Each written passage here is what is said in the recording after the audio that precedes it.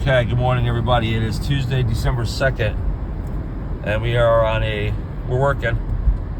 The working man, like the rest of us, right, baby? Coming into downtown, beautiful downtown Hartford. Corrupt, but beautiful downtown Hartford. And I'm on my way to West Springfield to do a subpoena up there, and then I got to go back into Windsor Locks to do another one there. I also have an investigation to do in Windsor Locks today, which I'm not going to get into too much. It's really about somebody... a slip and fall case, really, like a civil case. And there's another one in Middletown to work on today, too. The one in Windsor Locks has to do with snow and ice. So hopefully we get a little snow. This is, we're expecting a nor'easter up here. Largely the snow is going to miss Connecticut, but the northwest corner looks like it's going to get some. We're hoping for some snow and ice out here. I am not afraid to drive around in the snow. Matter of fact, snow and ice is an advantage on the roads. There's hardly anybody else on the roads, and I can get people at home to serve subpoenas or interview or whatever I need to do. So I like the snow and the ice. I'm a fan of the Four Seasons. I think they keep you honest. But I want to talk about something else today. About the depth of... It's been a year now, and I haven't... yesterday, I tried to get verified on X. I'll just give a brief. I got onto X last Thanksgiving, around that time, and built up 3,400 followers. I got self-verified, had a podcast with this guy, Jay. I think some of you may have known. We even had 2,500 viewers at one point on one of our podcasts. 2,500. This only took 2 months. We were on a roll. And then it just got messed up internally. My partner guy, I'm not going to say who he is, just kind of drifted off into space a little bit, and it just took a back seat. The dynamics of the show changed, and we're still doing it. Don't get me wrong, but that initial momentum was lost. What happened was I got hacked because of my mistake of being too trusting, which is usually a mistake I don't make, but I did. And I got someone got into my account and hacked it and locked me out with two-party authentication. Started to smear my reputation on it. Eventually I was able to get it shut down, but they kicked me out of it, and I just lost everything out of it. 3,400 followers I had. So anyway, I started a new account, which is, of course, the Big Picture CC on X. And it's not been verified all this time, and I only have about 400 followers right now. I haven't done the same promotion of it. I've been working in other areas, which gets me to the subject at hand. At any rate, it's been a year, the year anniversary of my involvement in this movement around Connecticut, what I now call this Turn Connecticut Red, White, and Blue, because it's not red, white, and blue right now. Started off with let's turn Connecticut red, meaning red versus blue, of course. That's still the case. We got to go Republican here. I know people are going third party. I know George Austin, we had a recent guest on our show, I believe is trying to go third party. It's not going to work, man. You got to coalesce the coalition and fix the Republican Party. I ran against Ben Proto and got creamed because I only had 10 days to prepare, and it happened spontaneously. I'm still glad I did it because someone needed to shine a spotlight on the situation. I knew that going in. In the beginning, I really thought I had a chance to win, because I always think I have a chance to win. But it was stacked up against me, and so it turned into a situation where let's expose this, and I want to continue to do that because Ben Proto is corrupt and bad, and the whole Republican Party is pretty corrupted, actually. It's infiltrated with moles, or a lot of just regular conservatives that don't like Trump, that don't think, for whatever reason. How can you not like a guy that has created world peace, almost virtual world peace around the world, and has brought in trillions of dollars of revenue into the country, done things no president has done in our lifetime, to fulfill the very conservative views that you say that you want? So don't tell me you're not corrupted or blinded. One or the other. Look yourself in the mirror if you're an anti-Trump Republican. Say, who am I? Am I a mole, a slimeball, just buying into people's crap? Because Trump is doing the things that conservatives want to do. He's making Reagan look freaking liberal, for God's sake. And everything he's doing is legal. He's enforcing laws that are already in the books. Some of the most obvious things that even kindergartners can understand. Either you don't understand it, getting off the subject, what I really wanted to talk about today, which is the movement, like being somebody like me, or someone like Selena, or someone like Jay, or someone like the other Jay, or someone like Rocky, or someone like Kim, or these different people that are really taking their time out, their volunteer time, really. None of us are getting paid for any of this that I know about.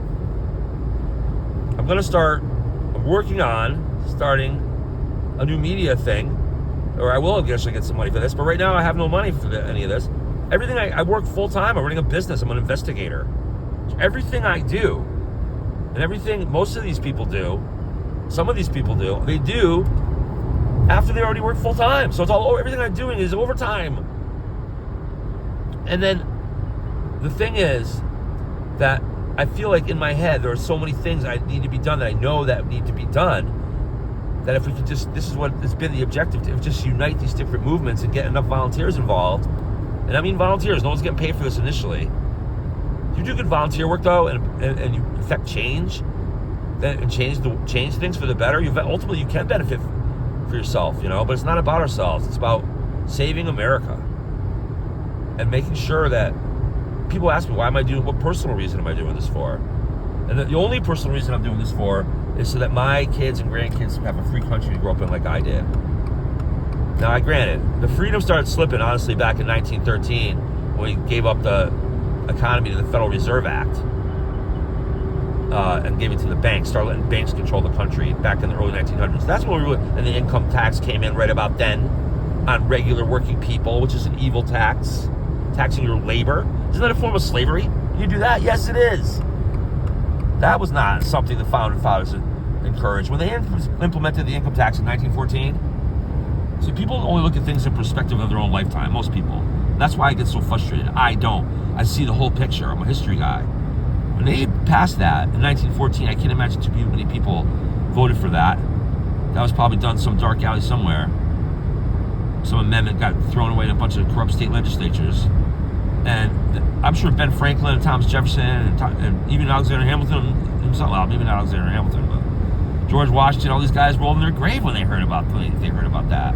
It's a disgusting thing that happened. But anyway, I want my kids and grandkids to have at least the reasonable free country we have, what I grew up in, and now it's about to go tank into Marxism. So this idea that we're going to vote for, Democrats back into power in 2026 and 2028 because, our meat's too expensive or whatever, when we're dealing with a much bigger problem, that's why I'm called the big picture, is ridiculous. And I'm telling you, there's no way that people are that stupid. So that gets me thinking about election integrity and how much needs to be done to fix that. And how we need to work on that. There needs to be people ready to go out and go into the trenches, risk danger even, like John Flynn did, in order to, and does still, by the way, in order to, we need real fighters to go out there and take this stuff on. So there's so many things that have to be done in every town, in every district. And there's only a handful of people that I know about that even want to, motivated enough to do it. And that needs to change. And that's the frustrating part. Like, I find, I wish I could quit my job and just do this full time. I'm going to say right now, yesterday I had lunch with Amy Chai and her campaign consultant, Gwen Samuel, to discuss. Amy Chai is running for Congress in the 1st. And as you know, I have been saying I'm going to run for Congress in the 1st. I had a manager and a treasurer lined up at one point to do that. I was going to file. We were like, we got to get filed. And then suddenly I was ghosted. Ghosted by both.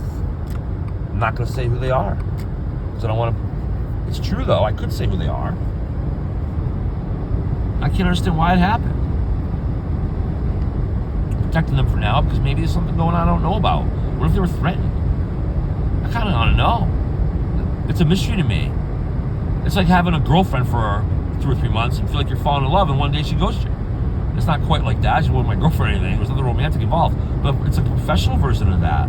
It was like, dun, dun, dun, about to launch a campaign together, and then boom. Cancel with literally an hour's notice. And a quick promise for a follow-up that got ghosted. That's unbelievable to me. I got to find out. We're going to get to the bottom of it. Connecticut Common Sense is a great podcast. We do have followers. It's slowly growing. And it's going to keep growing. We're going to make more out of it, though. We're going to make more out of it. But here's the problem I'm having, like, just as a person. I have all these things I keep saying we gotta do, and it looks bad for me when I'm here online saying we gotta do this, gotta do that, I'm gonna do this, gonna do that, when there's just not enough time in the day to do all these things. So I just really need people around me that want to do these things. So I guess, since honestly, I feel like I hate the words I can't, but it just seems like it's too late, honestly, for me to launch an effective campaign for Congress. So what can I do instead? Well, there's lots of things I can do. Definitely in media, for sure. I am a graduate of the Connecticut School of Broadcasting in 1997. My brother Craig and I both graduated there together. So maybe that's what I should look at. You know, a lot of this, the personal part of this is, where does this lead my life to? You know, that's the way I can make money doing this too. Or hell, you know, I got to make some money doing this, because everything I do that takes away from my running my business makes my business from being profitable just to being a break-even business, you know. So I don't like money. I think money sucks, but it is the measurement of, and a very convenient tool. I don't hate money. It's not money that I hate. It's the way people take it too far and go crazy over it. The thirst for materialism and all that. I'm not one of those people. I wish more of us were like that. That's one thing I like about myself. I don't get bent out on material things. I'm actually kind of a minimalist in a way. People should look into minimalism. You don't need material things to be happy. And there's certain things I like. You know, I still would like to have a nice cottage on a lake somewhere to go to and relax. You know, there's certain things but that's like home and earth and clothes, you know. I don't know. We're gonna have to end this soon, because I'm coming into Massachusetts. When we get there, we're gonna be in West Springfield, and it's gonna be time for me to shut this thing off and navigate. I am looking at purchasing better video equipment, like a body cam, dash cam, things like that, so we can really make a professional broadcast out of Connecticut Common Sense. We can expand its mode. What Selena and I are doing, Selena Rifkin and I are doing, is great. We're gonna be on Thursday again. Maybe today. I don't know what's going on today. I was off for the Thanksgiving holiday, but we're gonna keep that going. But I want to do other chapters of Connecticut. See, I keep saying all these things I want to do, and that's the frustrating thing. I need people to help. I need volunteers. We are going to be at the RTCs starting in Manchester on December 10th. If you're from Manchester, or even if you're not. So anyway, I had lunch with Amy and her campaign manager. Talked about, you know, how to some ideological stuff. I believe Amy is in the right place, her heart and mind. Her campaign consultant seems like she is as well. Her husband is a chairman at Yale, which makes me very suspicious about what his motivation is with her. I know they're married. I don't want to get into people's marriages and whatnot, but I could be wrong. She assures me he's not a liberal, and maybe that's true. Maybe you have some friends at Yale.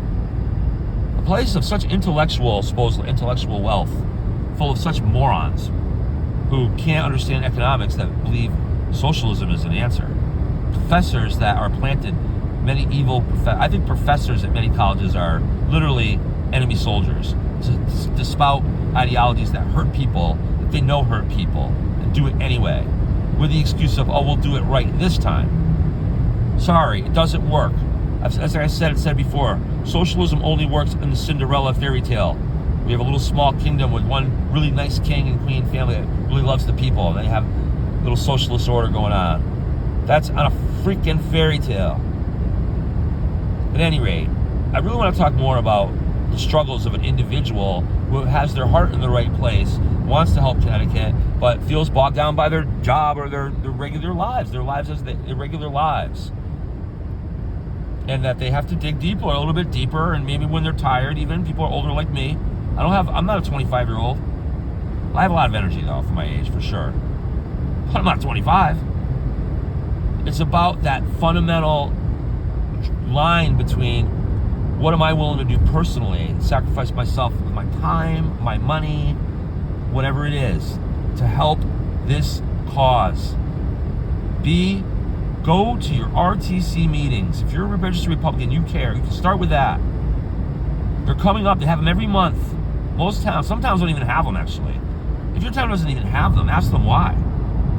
I have 27 districts I'm going to contact. Even though I'm not, it looks like, unfortunately, coming out of that lunch with, keep back to it, my mind's going everywhere, but follow me here. The commonality of my lunch with Amy and her, Gwen, is that I told her, I said, if you can't run a strong John DeBarros type of campaign, really stick it in their face. And they talked about some mistakes that John DeBarros has made by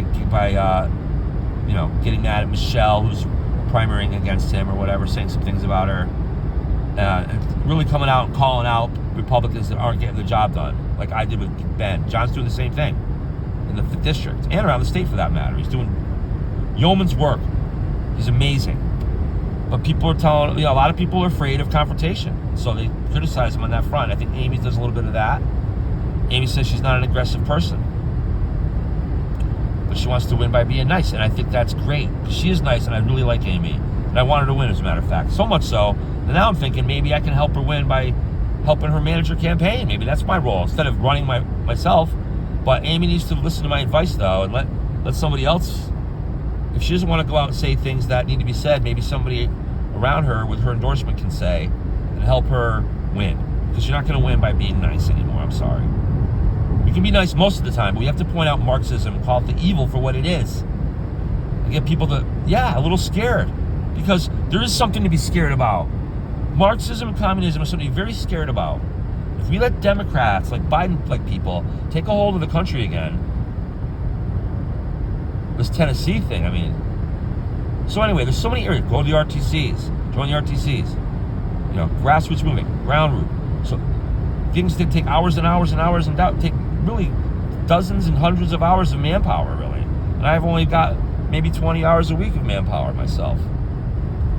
That's pushing it. 10 to 20 hours a week of manpower. I'm speaking at the CTRA deal in Stratford, the meeting in Stratford on the 9th. I'll be their speaker. Come on down. I don't care if you live in Stafford or somewhere far away. Drive on down.